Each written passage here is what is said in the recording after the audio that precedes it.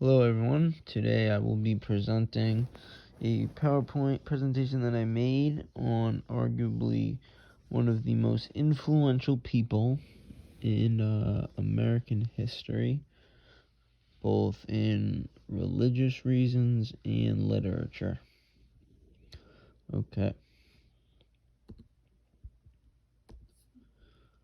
So the upbringing of Jonathan Edwards.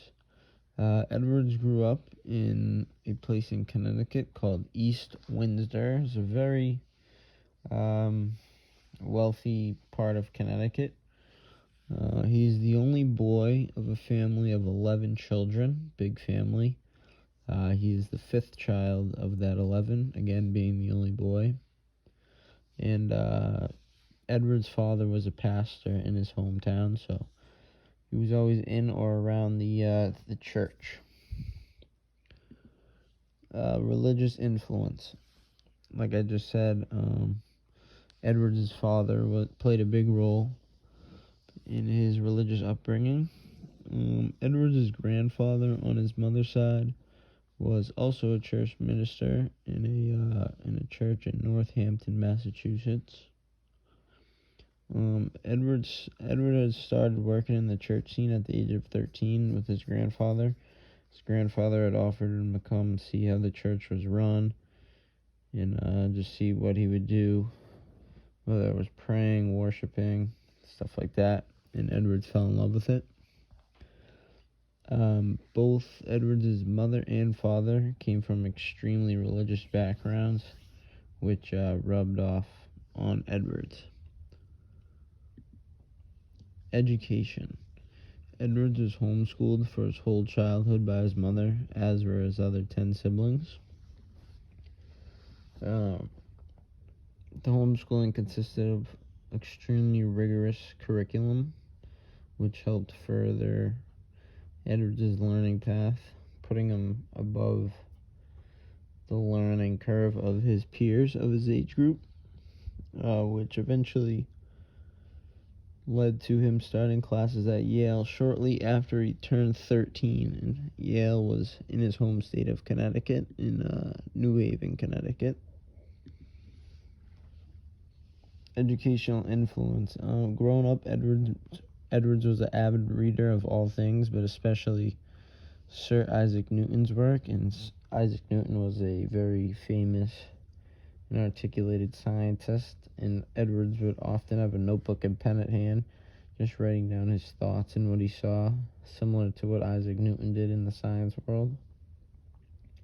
Again, reading Newton had led Edwards to gain interest in a variety of different subjects, to add on to his interest in religion.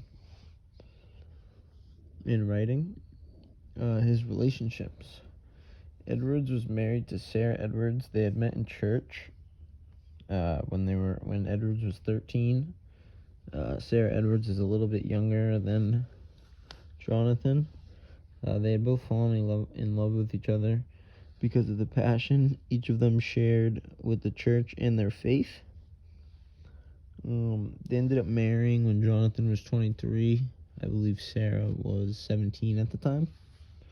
They had a very strong and healthy relationship. They were married for over 30 years, and they had 11 children together, which is kind of funny because that's the same amount of children that were raised in Jonathan's family upbringing. Again, him being the only boy of that 11. Jonathan's religious views.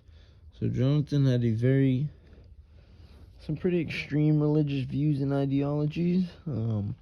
He pretty much believed everyone was predestined for hell, and the only way to go to heaven was to get a deeper connection to God, whether that was worshiping, praying, going to church, studying the Bible. He pretty much had thought that you have to earn your way into heaven, and none of it's given. Just saying you believe in a God was simply not enough. You had to put in the time and effort and commit to becoming closer to God in order to gain your acceptance by God into heaven for the afterlife. What is Jonathan Edwards known for? Edwards was known for many things, whether that was he was a philosopher, theologian, a minister, and a preacher, but he was most known for his work as a writer in the literature world. Another thing he is very well known for is being a leader in the Great Awakening, which was pretty much a revolt spark movement that of religion, which sparked everyone's desire to learn more about religion and God, which was his main goal in life, was for people to become closer to God.